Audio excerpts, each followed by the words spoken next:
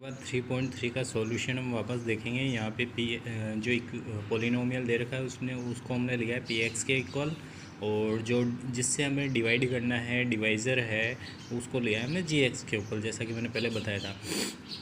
अब हमें क्या करना है, सबसे पहले x की वैल्यू फाइंड आउट करनी है। x की वैल्यू फाइंड आउट करके फिर px में वैल्यू पुट कर लिए। तो इसके लिए मैं इसको क्या लूँगा, 0 के इक्वल। 3 + 2x = 0, ये इक्वल है यहाँ पे। और इसको तो 2x = -3, क्योंकि यहाँ 3 प्लस का है, उधर जाएगा तो माइनस का हो जाएगा।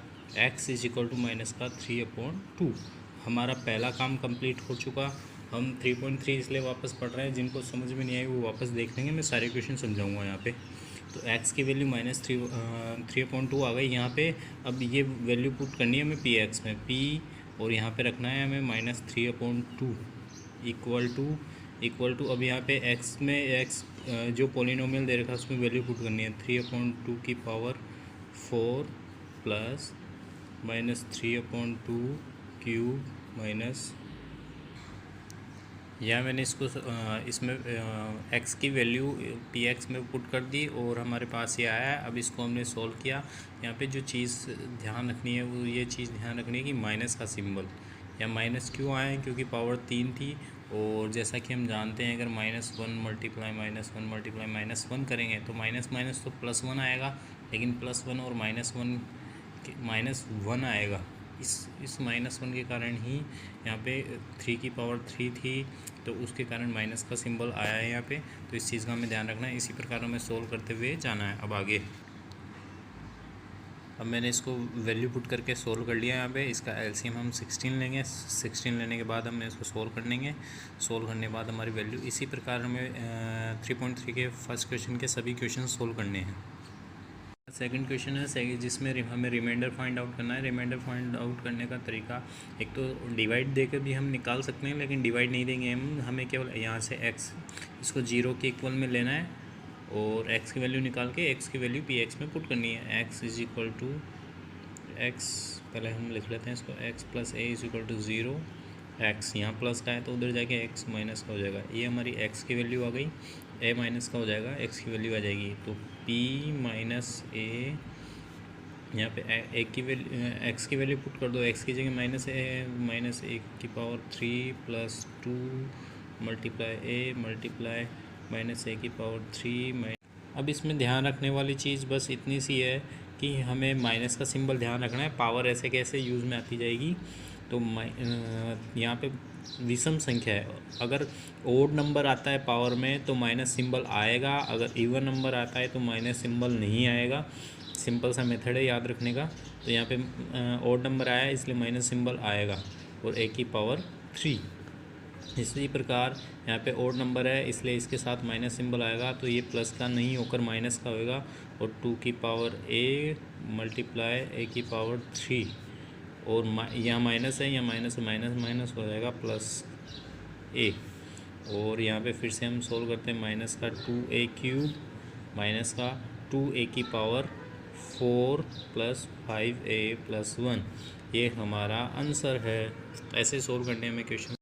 हमारा नेक्स्ट क्वेश्चन है कि check whether x + 1 is factor of this polynomial और नॉट, कि हमें ये चेक करना है कि x + 1 जो दिया हुआ है वो इसका फैक्टर है या नहीं। और मैंने इसकी एक सॉल्यूशन अच्छा सा मेथड बताया था कि अगर रिमाइंडर हमारा 0 आ जाता है इसका मतलब ये इसका फैक्टर है। और एस रिमाइंडर निकालने के लिए हम क्या करेंगे, यहाँ से x की वैल्यू निकालेंगे, x की वैल्यू को इसमें पुट कर देंगे। तो सबसे पहले हम लिख लेंगे px = x³ + 3x² + 3x + 1 gx = x + 1, इसको हम लेंगे 0 के इक्वल। x + 1 = 0, x -1, और फिर x की वैल्यू px में पुट करनी है हमें। -1³ + 3 -1² + 3 -1 + 1। अब इसको सोल्व करना है, जो आंसर आएगा वही हमारा आंसर होगा। अगर सोल्व करने पर 0 आता है इसका मतलब x + 1 इसका फैक्टर है, अगर 0 नहीं आता इसका मतलब इसका फैक्टर नहीं है। यहाँ पावर ओड थी इसलिए माइनस का सिंबल 1 के साथ माइनस का सिंबल आया है, -3 से मल्टीप्लाई। यहाँ पावर इवन है, इवन होने के कारण माइनस का सिंबल प्लस में चेंज हो गया और यहाँ पे मैंने केवल 3 लिखा है। माइनस का 1 3 से मल्टीप्लाई हो गया, माइनस का 3 बन गया, +1 प्लस के 3 से माइनस का 3 कैंसिल हो गया, माइनस के 1 से माइनस का प्लस का 1 कैंसिल हो गया और हमारा जो आंसर है वो आया है 0। इसका मतलब x+1 इसका एक फैक्टर है। क्वेश्चन नंबर 4 को समझने की कोशिश करेंगे। We get the same remainder और if polynomials and are divided by x-2। तो इसमें क्वेश्चन में कुछ find the value of A की वैल्यू फाइंड आउट करनी है हमें। ए दोनों में दे रखा है, हमें कुछ नहीं करना, हमें ये बोल रखा है कि रिमाइंडर सेम आएगा, रिमाइंडर सेम आएगा तो इसका मतलब रिमाइंडर सेम है मतलब दोनों इक्वेशन में लास्ट में जो इक्वेशन मिलेगी इन दोनों की वो दोनों इक्वल होगी, क्योंकि लास्ट में जो मिलता है वही रिमाइंडर होता है, इसलिए ये दोनों की इन दोनों की लास्ट में जो इक्वेशन मिलेगी वो इक्वल होगी। उन दोनों को इक्वल रख के हमें एक की वैल्यू निकालनी है और वो भी कैसे, पहले x की वैल्यू निकाल के इनमें पुट करनी है, फिर जो इक्वेशन आएगी उनको इक्वल रखना है। अभी देखना कैसे सोल्व करते हैं। सबसे पहले यहाँ पे इनको लिख लेते हैं, px = x³ + x² - 4x + a।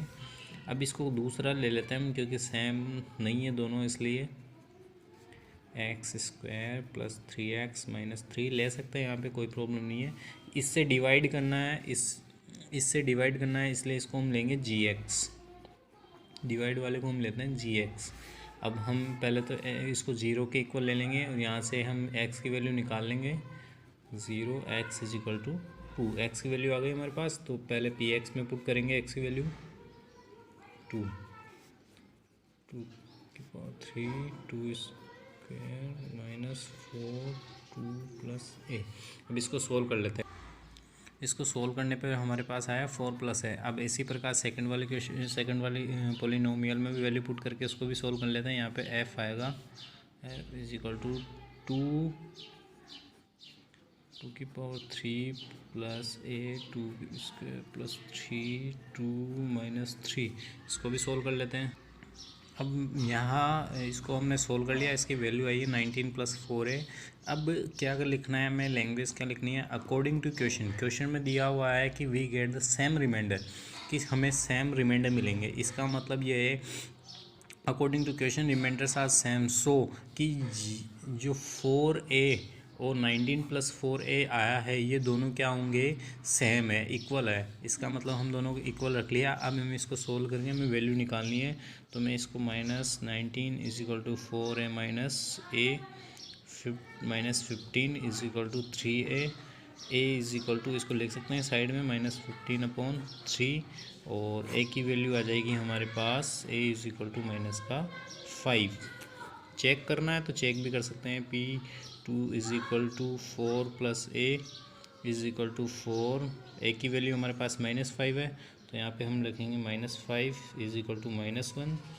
f2 = 19 + 4a = 19 - 20।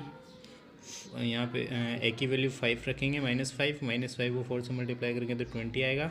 4 5 = 20 और 19 को 20 में स्लेस करेंगे तो हमारे पास बचेगा -1। दोनों इक्वल है, सेम है, रिमाइंडर सेम है। ऐसे सोल्व करना था इसको।